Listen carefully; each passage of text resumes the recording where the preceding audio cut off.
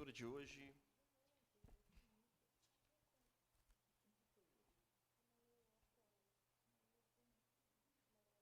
se encontra em Isaías 35, de 1 a 10.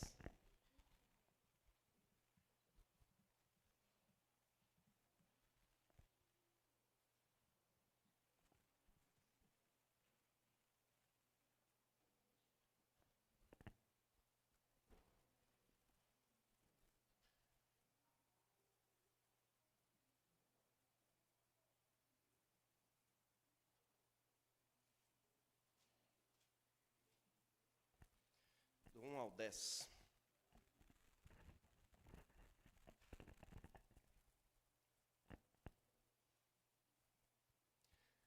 Alegrem-se o deserto e a terra seca. Rejubile-se a estepe e a floresta. Como o narciso, cubra-se de flores, sim, rejubile-se com grande júbilo e exulte. A glória do Líbano lhe será dada, bem como a beleza do Carmelo e do Sarão. Eles verão a glória de Yahvé, o esplendor do nosso Deus. Fortalecei as mãos abatidas, revigorai os joelhos cambaleantes. Dizei aos corações conturbados, sede fortes, não temais. Eis que o vosso Deus vem para vingar-vos. Trazendo a recompensa divina, ele vem para vos salvar. Então se abrirão os olhos dos cegos, e os ouvidos dos surdos se desobstruirão. Então o coxo saltará como o cervo, e a língua do mudo cantará canções alegres. Porque a água jorrará do deserto, e rios da estepe. A terra seca se transformará em brejo, e a terra árida em mananciais de água. Onde repousavam os chacais, surgirá campo de juncos e de papiros. Ali haverá uma estrada, um caminho que será chamado caminho sagrado. O impuro não passará por ele, ele mesmo andará por esse caminho. De modo que até os estutos não se desgarrarão. Ali não haverá leão, o mais feroz dos animais selvagens não o trilhará. Nele não será encontrado. Antes, por ele trilharão os redimidos. Assim, voltarão os que foram libertos por Yahvé. Chegarão a Sião gritando de alegria, trazendo consigo alegria eterna. Gozo e alegria os acompanharão. A dor e os gemidos cessarão. Essa é a palavra do Senhor. Nós damos graças a Deus.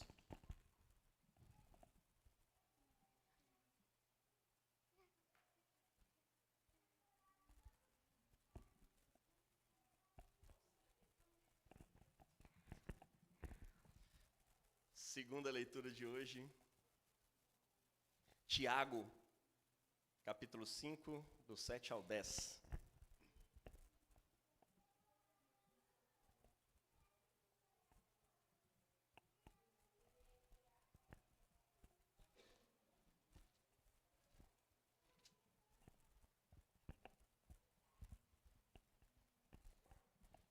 Tiago 5, de 7 a 10, sobre a vinda do nosso Senhor. Para quem não está entendendo muito, a gente está prezando pela leitura da Bíblia de papel. Então, a gente não está colocando mais as leituras ali, para que você possa voltar com esse costume aí de usar a sua Bíblia, tá bom? Obviamente, cada dia vai ter uma versão diferente que a gente vai estar usando aqui e tal. Em breve a gente vai alinhando isso. Sede, pois, pacientes. Tiago 5, 7 ao 10. Sede, pois, pacientes, irmãos, até a vinda do Senhor. Vede como o lavrador espera o precioso fruto da terra, aguardando por ele pacientemente até que venham as chuvas temporãs e as serôdias. Assim, também vós esperai com paciência e fortalecei os vossos corações, porque a vinda do Senhor está próxima. Irmãos, Não murmureis uns contra os outros, para que não sejais julgados. Lembrai-vos de que o juiz está às portas. Irmãos, tomai como exemplo de vida e de sofrimento e de paciência os profetas que falaram em nome do Senhor. Palavra do Senhor, demos graças a Deus. O salmo de hoje é um salmo diferente, é o salmo de Maria. Quero convidar você a abrir sua Bíblia aí, está lá em Lucas.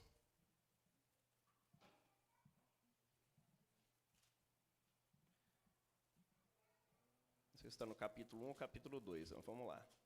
É o Magnífica.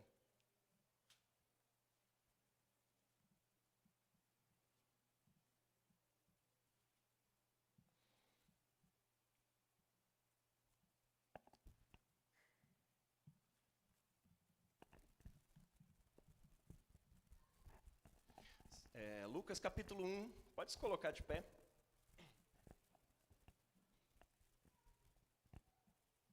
Versos 46 até os 55, isso mesmo.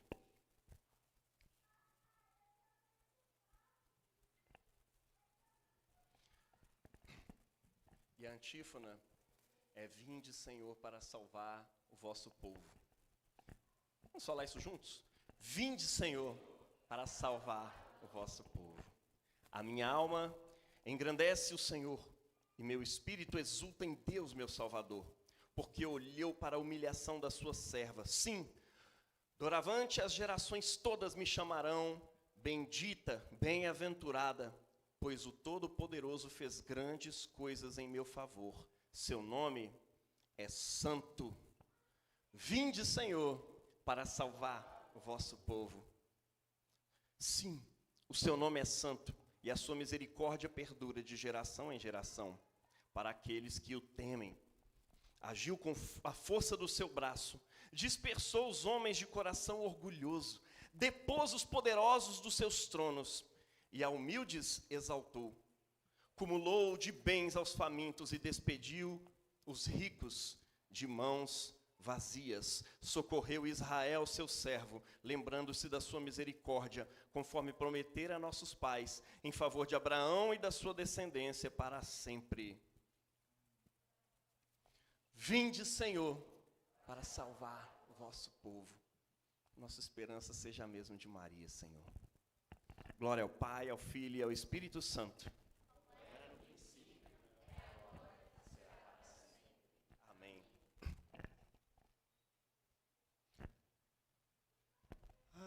Aleluia. Aleluia.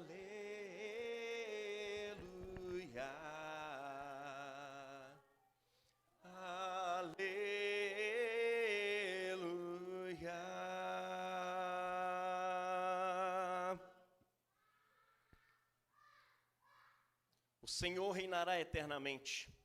O teu Deus, ó Sião, reina de geração em geração. Aleluia. Aleluia.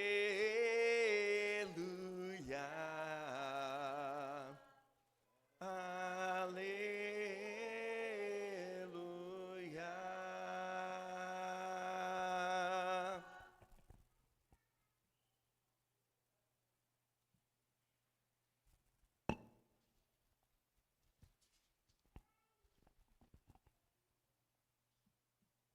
Evangelho de hoje, Mateus capítulo 11, do 2 ao 11, isso mesmo? É isso. Cadê o Léo? Ah, tá. Mateus 11, 2 a 11.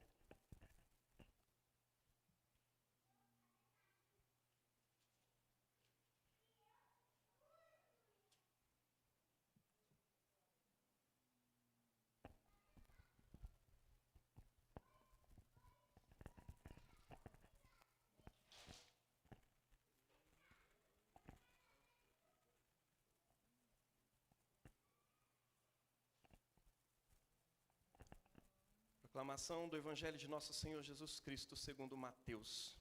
Glória a vós, Senhor. Mateus 11, 2 a 11. João, ouvindo falar na prisão a respeito das obras de Cristo, enviou-lhe alguns dos seus discípulos para lhe perguntarem: És tu aquele que havia de vir, ou devemos esperar outro? Jesus respondeu-lhes: Ide contar a João o que ouvis e vedes. Os cegos recuperam a vista, os coxos andam, os leprosos são purificados, os surdos ouvem, os mortos ressuscitam, e aos pobres é anunciada a boa nova. E bem-aventurado é aquele que não se escandalizar por causa de mim. Ao partirem, começou Jesus a falar a respeito de João às multidões. Que vocês foram ver no deserto? Um caniço agitado pelo vento? Mas que foste ver? Um homem vestido de roupas finas? Mas os que vestem roupas finas vivem nos palácios dos reis. Então, que fostes ver? Um profeta? Eu vos afirmo que sim. E mais do que um profeta.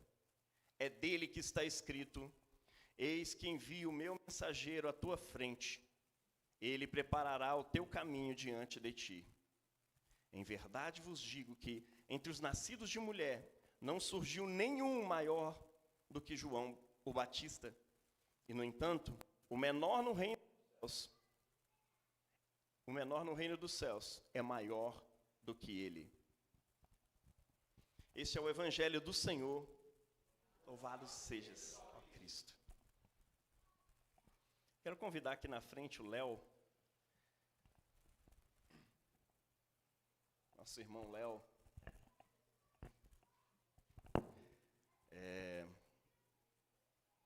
Só já deixou o cafezinho, a água aí. Cheguei, vamos orar por ele. Repreender todo espírito de heresia, em nome de Jesus. Brincadeira. Ô, Léo, a gente é muito grato, viu, pela vida de vocês. Somos honrados de poder ouvir você anunciando o Evangelho para nós, viu? Pai, obrigado pela vida do nosso irmão. Eu te peço em nome de Jesus, ó Deus, que o Espírito do Senhor esteja sobre ele, Espírito de sabedoria e de revelação, no pleno conhecimento de Deus, e que aqui flua, Pai, a tua sabedoria entre nós. Fala conosco por tua misericórdia, é o que te pedimos hoje em nome do teu Filho Jesus. Amém. Amém. Bom dia. Pode sentar, queridos. Fique à vontade.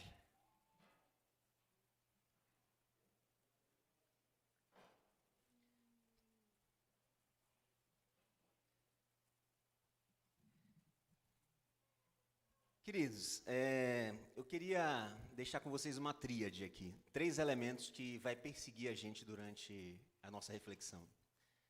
A primeira coisa é local. A segunda coisa é perspectiva. E a terceira coisa é esperançar. Local, perspectiva e esperançar. Então, esses 3 elementos eles vão perseguir a gente durante a nossa reflexão sobre o Evangelho, tá bom?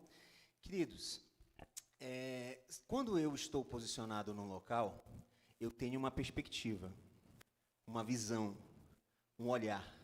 E essa perspectiva, ela gera em mim uma expectativa. Por exemplo, eu estou posicionado num lugar que eu consigo enxergar, tem uma perspectiva. Por exemplo, o Luiz, eu consigo enxergar o Luiz, o que ele está fazendo ali. O Jaime não consegue fazer isso, porque o Jaime está posicionado num outro lugar. Então você percebe que o local onde você está define a perspectiva que você tem e, consequentemente, a partir daquilo que você está enxergando, você consegue esperançar ou ter uma expectativa. Isso é importante para a nossa reflexão. Quando eu mudo o meu posicionamento aqui, quando eu mudo o meu local, eu tenho agora uma outra perspectiva que eu não enxergava antes. E, consequentemente, eu tenho uma outra expectativa, porque eu consigo enxergar elementos que antes eu não enxergava. Por que isso é importante? Porque quando a gente vai analisar o contexto histórico judaico ali, como o West muito bem mencionou no domingo passado, você tinha saduceus, fariseus, os essênios, vários grupos, e cada um tinha a sua perspectiva. E, consequentemente, cada um tinha uma expectativa do Messias. Então, alguns provavelmente tinham a expectativa de que o Messias ia chegar lá, acabar com o Império Romano, talvez cortar alguns ali, pronto, bora reinar agora com o nosso Messias. Outros provavelmente tinham a expectativa de que ele ia vir e ele ia transformar aqueles que estavam subjugando o povo em escravos deles. Outros tinham a expectativa de que ele ia girar de uma forma que os romanos iam se tornar, digamos assim, amigos. Mas é como se eles fossem favorecer agora, os próprios romanos que estavam subjugando, agora fossem favorecer o povo judeu. Então você tem diversas expectativas a respeito do Messias. Todo mundo está acompanhando, tranquilo? E aí, gente, quando a gente para analisar o nosso texto, a gente percebe que nós temos aqui o João também tendo a sua expectativa do Messias. E, de uma certa forma, se frustrando um pouco essa expectativa. E é interessante que sempre quando a gente vai analisar esse texto, a gente sempre foca no, olha como João, ele estava duvidando, será? A gente sempre pensa a respeito do João duvidando sobre o Cristo. Mas a gente não para pensar que talvez ali também João esteja duvidando a respeito da sua própria expectativa. Tanto é que ele pede para os seus discípulos irem até Jesus e falar, pergunta para ele se é ele mesmo, se a gente deve esperar outro. Eu confio na palavra dele, o que ele vai dizer? Eu estou ouvindo aí que ele está curando uns, que ele está sendo amigo de publicanos e pecadores, os romanos continuam subjugando aí como continuam, ainda não fez ainda uma revolução ainda com o Império Romano, e aí? Então, percebe que João está preso e ele está questionando a sua própria expectativa das coisas. Poxa, as coisas não estão saindo como eu imaginei. A minha esposa hoje não deveria estar aqui a princípio, né? Ela foi fazer uma prova de concurso, criou toda uma expectativa, estudou, deixou de jantar ontem, porque ela falou assim, lá na Sagrada Família, né? Ela estava lá e deixou de jantar para sair mais cedo para poder, e aí a expectativa dela foi frustrada. Então, da mesma forma, João tem uma expectativa e ele percebe que aquela expectativa não correspondeu à realidade das coisas. E aí ele manda os discípulos irem lá com Jesus. E aí?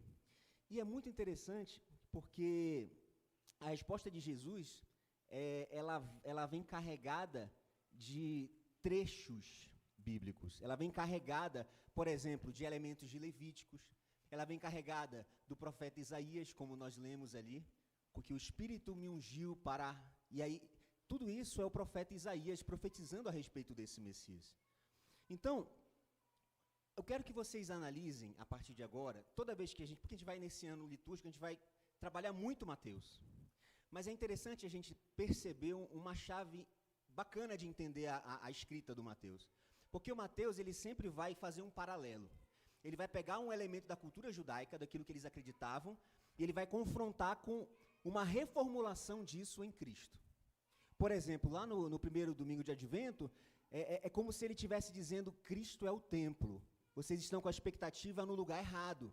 Estão com a expectativa com o templo, mas o templo agora é Cristo. Ele é a expressão da intimidade com Deus, ele é a expressão do sacrifício, é nele que nós encontramos todas essas coisas. No domingo passado, quando o Ash mencionou sobre o deserto, olha a expectativa de novo sendo frustrada. Todo mundo com a expectativa do templo, com a expectativa ali daquela formatação natural, mosaica, e aí você tem o pessoal indo para o deserto. Que loucura é essa? Como é que o pessoal vai para o deserto para encontrar um cara para falar de arrependimento? Não faz sentido. E aí, percebe que Mateus está sempre colocando dois painéis para a gente. O painel da cultura judaica e, ao mesmo tempo, a nova configuração em Cristo. E é isso que o Mateus vai colocar aqui no nosso trecho. Porque quando Mateus ele começa a escrever o que Jesus responde para os discípulos de João, Jesus está respondendo algo baseado, novamente, em Levítico e algo baseado em Isaías.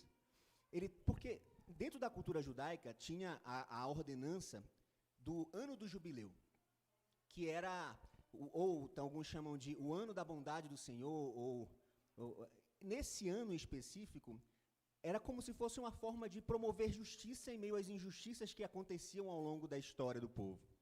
Porque, por exemplo, quando alguém de uma família devia alguma coisa, ou uma família devia alguma coisa, as pessoas, elas precisavam pagar as dívidas. E a forma que antigamente se tinha para pagar as dívidas era por meio do seu próprio trabalho. Então você se tornava escravo de um senhor específico, numa terra específica. E aí, às vezes, você perdia suas propriedades e tudo mais, e aí você se tornava escravo, e aí você tinha que trabalhar para pagar aquela dívida por cerca de 49 anos, que era mais ou menos o ano do jubileu ali. Depois de 49 anos, no 50º ano, aí você tinha um soar diferente de trombeta. Olha aí como vai chegar, é liberdade. Ou seja, quem era escravo, deixava de ser escravo. Então já pensou? Uma família perdeu todos os seus entes, agora estão trabalhando ali como escravos, por cerca de 49 anos de história, e aí no 50º ano, às vezes, já pensou, eu esqueço de 2 anos, em 2 anos já é suficiente para me esquecer das coisas, às vezes eu esqueço no mesmo dia, eu esqueci de trazer o presente do West que eu tinha prometido, então imagina você passar 49 anos, você ia esquecer ali, então aí você tinha um anúncio específico de trombeta que anunciava, é o ano do jubileu, gente, e agora, vai mudar para sempre. E aí, quem era escravo já poderia, uau, como é?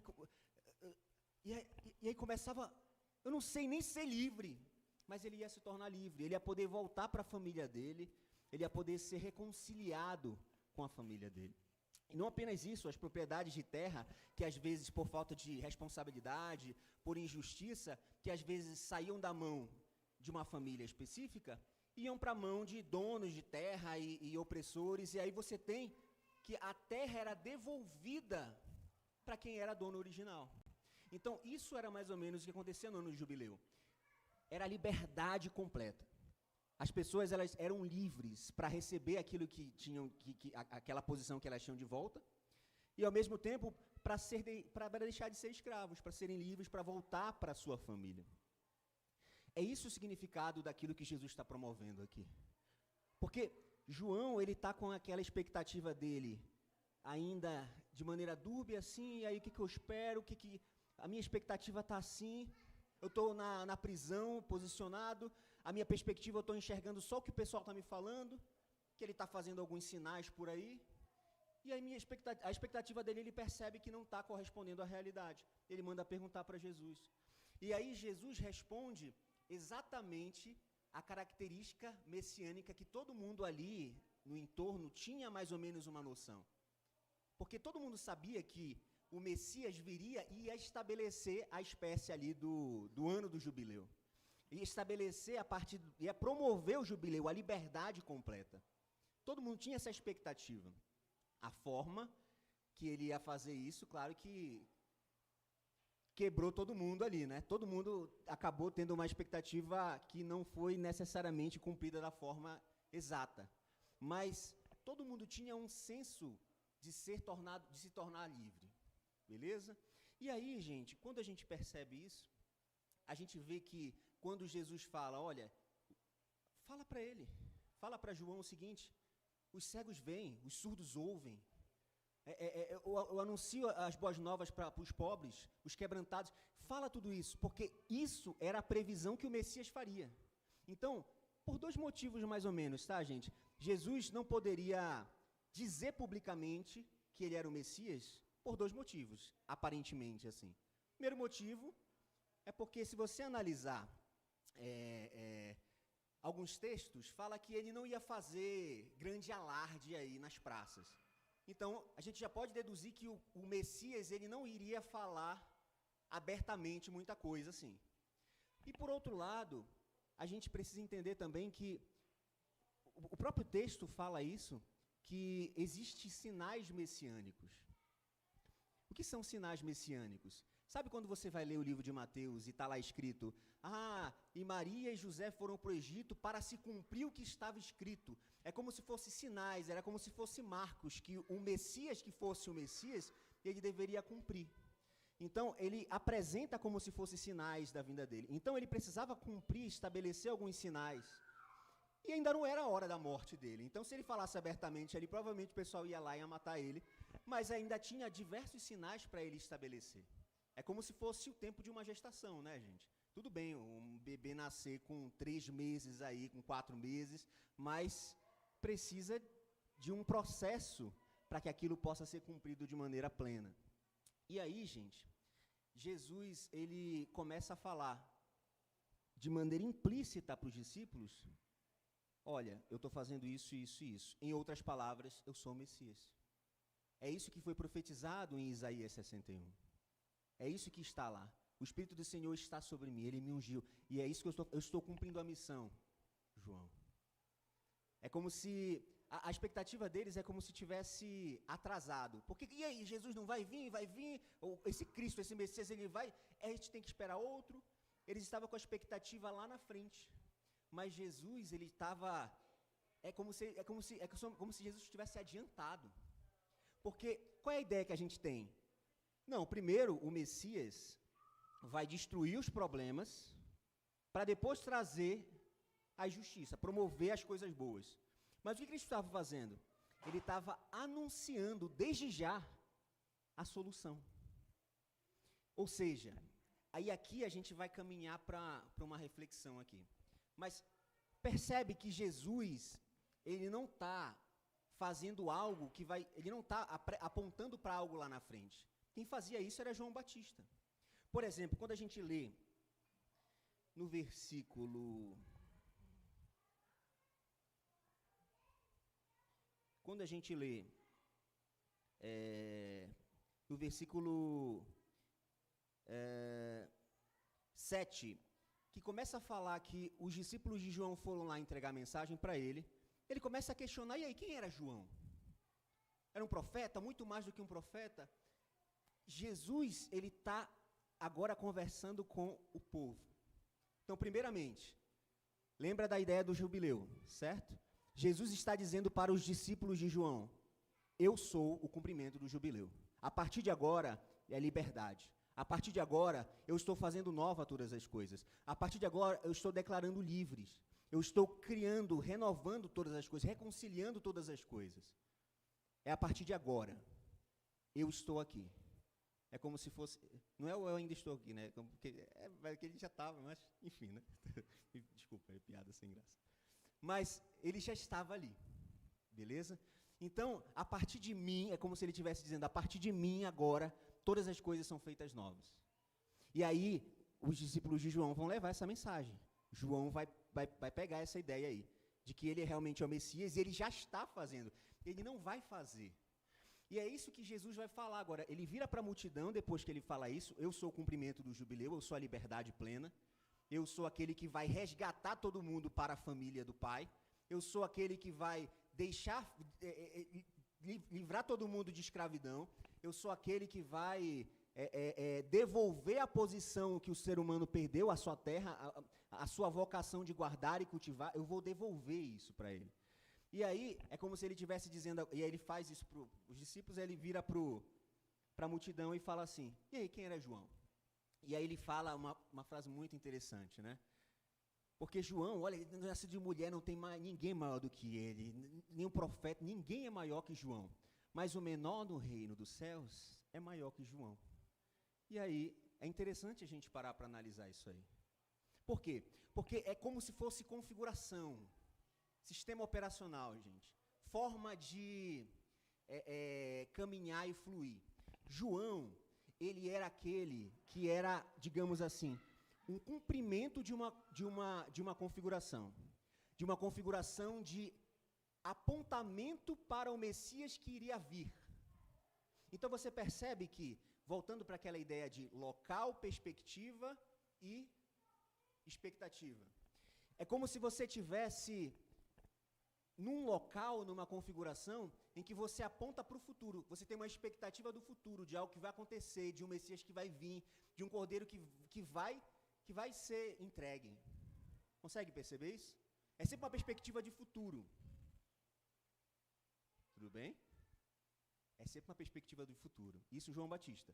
Mas é como se Cristo estivesse dizendo, a partir de agora, eu como o cumprimento desse jubileu, eu como aquele que vim trazer júbilo para vocês dançarem a liberdade, para vocês viverem a liberdade do Cristo, É como se, a partir de agora, ele dissesse assim, agora a configuração não é mais uma perspectiva de futuro. A configuração agora é uma realidade presente. Eu não vou consertar todas as coisas, eu já estou consertando todas as coisas. Não é que um dia os olhos vão ser abertos, é porque eu já estou abrindo os olhos, vocês não estão percebendo? Não é que um dia o surdo vai ouvir, é que eu já estou abrindo os ouvidos do surdo. Eu já estou inaugurando, o reino do céu já está no nosso meio. Ou seja, até João a perspectiva era apontar do futuro. Essa é a expectativa. A partir de Cristo é como se ele estivesse dizendo, agora você não precisa mais expectar o futuro. Você precisa esperançar o presente. Uma realidade que já, mas ainda não, como está mostrando aqui. É já, é agora, já foi dado os sinais, eu já estou inaugurando em mim mesmo. Ou seja, quando a gente vem na ideia do advento, de sempre estar gerando uma esperança, lembrando essa esperança e esperançando, a ideia é, sim, a gente tem uma esperança a respeito do menino que nos nasceu. Mas a gente também precisa viver no já essa realidade do menino que nos nasceu. Não apenas como uma expectativa do futuro, mas como uma realidade no presente. Quando a gente tem, por exemplo, a ideia do Cristo morto, Cristo crucificado, não é apenas uma expectativa, mas ele vai morrer. Não, é Jesus, toma a sua cruz e siga-me. Enquanto eu não morro, é um esperançar vivendo. Você toma a sua cruz também, você vai morrer também. Você vai aprender a comunhão dos meus sofrimentos. Quando ele fala do terceiro dia, que ele vai ressuscitar, não é apenas esperar o terceiro dia, mas é no sentido de, cara, você vai experimentar agora, a sua esperança vai ser vivificada na medida em que esses 3 dias eles chegam. E não é só quando ele promete, olha, eu vou subir ao meu Pai, e aí, não é só, o que vai acontecer quando ele subir ao Pai? Não, é porque nós estamos sendo convidados também a ascender em regiões celestiais e, de uma certa forma, também, por meio da oração, viver essa realidade céu e terra. Por isso que o Pai Nosso fala, na terra como no céu. É um alinhamento que acontece por meio da oração. E não apenas isso, mas quando ele promete, olha, esperem, aguardem, tenham um esperançar no Espírito que eu vou derramar, é como se você tivesse assim, não é apenas você esperar aquela realidade, é você se colocar e fluir nessa realidade da espera. E aí quando ele fala, quando derrama do seu Espírito, não é apenas, beleza, recebi o Espírito, beleza, falei em línguas uma vez, acabou, agora pronto, vamos lá. Né? Às vezes se tem essa ideia, mas não, quando você recebe do Espírito, na realidade é para você entender que existe um fluir em você, em nós como igreja, que nos dá a responsabilidade de caminhar nos mesmos passos de Jesus e caminhar na mesma expressão do Espírito que ressuscitou Jesus dos mortos. E quando a gente está esperando o retorno do nosso Senhor, não é apenas uma esperança meio naquele sentido assim, de bora esperar, bora ficar aqui na nossa sala, de boa, deixa o mundo que se exploda, deixa o pessoal tocar mesmo o incêndio aí nas árvores aí, deixa a galera ficar aí de boa, o importante é a gente ficar na nossa aqui, porque o nosso Senhor vai vir. Não, mas é um jeito de esperançar que nos coloca no presente, porque é uma nova configuração. A configuração de João Batista era a expectativa do futuro. A configuração do Cristo, uma vez que nós somos enxertados, uma vez que nós somos posicionados no corpo de Cristo, membros do corpo dele, pedras vivas, nós somos agora responsabilizados de fluir daquilo que flui dele, de caminhar naquilo que caminha nele, de viver a vida dele, de ser a expressão daquilo que ele é. Em outras palavras, é uma esperança, a esperança não é igual, deixa eu aproveitar para tomar um. A esperança não é um objeto que você usa para um sentimento, uma coisa externa. Se nós nascemos do Cristo, nós fomos feitos dessa esperança.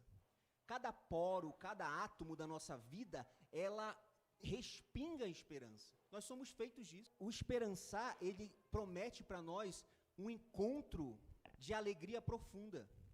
Porque nós somos feitos dessa alegria, nós somos feitos dessa esperança.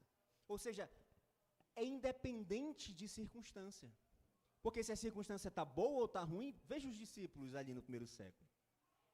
A galera se alegrava por sofrer açoite e por morrer. E ele ficava, olha, fulano, mano, morreu. Que alegria! Ele foi considerado digno de sofrer pelo nosso Senhor. Olha a perspectiva que eles tinham. Por que eles tinham essa perspectiva? Porque eles estavam agora posicionados em uma nova configuração, em uma nova realidade. Uma configuração de não apenas alguém que olha para o futuro, mas alguém que está presente no Cristo. Então, os primeiros discípulos, eles estavam posicionados em Cristo, consequentemente, eles tinham uma outra perspectiva de tudo. Eles olhavam para o sofrimento e enxergavam de um jeito completamente diferente. Eles pegavam a perseguição e olhavam de um jeito completamente diferente. Então, a perspectiva deles, a visão deles era outra, e, consequentemente, pelo fato de eles terem outra perspectiva, a esperança deles era outra. O jeito de esperançar, de caminhar, de viver era outro. Porque eles, olha que interessante, porque eles pegavam o que era deles e repartiam entre si. Porque eles entenderam o jubileu. Lembra da terra? A terra é devolvida. Então, é como se tudo for, eles entenderam, o nosso Cristo, ele veio estabelecer. Ele veio e na verdade não é que ele vai estabelecer, é que ele tem estabelecido. É nele que nós estamos reunidos. Quando nós estamos em batismo, quando nós estamos na Eucaristia, nós estamos simplesmente vivenciando uma realidade já. Não é uma perspectiva de um futuro. É uma realidade agora, já, tangível, tocável, que a gente pode edificar um ao outro nela. A gente pode lembrar um ao outro dela. A gente pode servir um ao outro nela. Então, cada momento que nós pegamos e tornamos visível um elemento que a princípio é invisível, que a gente poderia transformar em futuro, mas vivendo já, agora, a gente está celebrando, nos alegrando com essa esperança de que nós somos feitos. É como se os nossos poros, os nossos átomos estivessem vibrando. Lembrando do átomo, né? Está aí, ó. Os nossos átomos estivessem vibrando e louvando por meio dessa esperança que nos compõe. Então, em resumo, João tinha uma expectativa, assim como todos naquela época. Mas ele decidiu se colocar em xeque. Será que a minha expectativa, de fato, tem sido a mesma expectativa do meu Senhor? Eu acho que a gente poderia refletir sobre a nossa vida algumas coisas. Primeira coisa é isso. Talvez a gente pudesse se colocar em xeque. Gente, a gente vive numa geração que coloca em xeque tudo, menos a nós mesmos. Está todo mundo errado, mas eu não posso estar errado. Eu gostava do Chesterton, certa vez, o pessoal anunciou ali no jornal, qual é o problema do mundo? E aí dizem as más línguas, né, que ele respondeu o jornal assim, eu sou o problema do mundo. Assinado, Chesterton. É isso, gente. Quando a gente considera que o problema é nós, é a gente que é o problema. De que Cristo é a solução, não do que virá, não é a solução que vai acontecer, é a solução que já é. E se nós não estamos fluindo nessa solução, é porque falta em nós assumir a responsabilidade da posição que nós estamos, para que a gente consiga enxergar uma nova perspectiva, para que a gente consiga viver um novo esperançar que nos leve a caminhar em serviço a esse novo reino. Mas às vezes as coisas do reino do tempo presente, são elas que nos movem. São elas que produzem a nossa ansiedade, as nossas discussões, os nossos dilemas. Às vezes nós somos mais movidos por uma coisa lá do que sobre a realidade cá. E quando eu falo a realidade cá, é mais do que a realidade essa. É a realidade que nos compõe como igreja, que é o próprio Cristo por meio do seu Espírito. E quando a gente vai identificando isso, e vai percebendo que Cristo já é esse cumprimento, Ele é esse ano pleno estabelecido, e que por meio dele todas as coisas são feitas novas, como um pedaço de quebra-cabeça, que não faz sentido sem ele, mas que nele todas as peças vão fazendo sentido. e vai virando, olha aquela dimensão que eu não imaginava que existia. Olha aquela perspectiva que eu não imaginava que existia. Porque nele, que é infinito, o eterno se deu no tempo para que o tempo pudesse encontrar a eternidade. Então a gente pode simplesmente agora ser abismado com novas formas de compreender. E toda vez, a cada canto, a cada momento, a cada circunstância, pensar assim, Senhor, será que o Senhor pode renovar a minha perspectiva? Transformar, a palavra de Deus nos ensina, transformai-vos pela renovação do vosso entendimento. Uma vez posicionados em Cristo, entendendo que eu sou corpo com ela. E uma vez nós sendo corpo, eu posso ser edificado e enxergar perspectivas novas a respeito do reino que eu não conseguiria. Mas se a gente fica simplesmente cismado, ensimesmado com o nosso jeito ali de entender, a gente não consegue crescer como igreja. Então, existe um convite do Senhor. O convite do Senhor é para que a gente possa perceber o já. Perceber o agora que nos é demandado. E andar como quem sempre questiona a si mesmo, negando a nós mesmos. E sempre vislumbrando que em Cristo todas as coisas são feitas novas. Inclusive pode ser feito novo o nosso entendimento. De forma que, se nós estamos posicionados nele, ele tem providência para a nossa perspectiva, uma outra. E se ele muda a nossa perspectiva, a gente pode esperançar de um jeito completamente novo. A gente pode viver como os primeiros discípulos, que não temiam a morte, que não temiam impérios, que não temiam a política da época, que não temiam sistemas religiosos,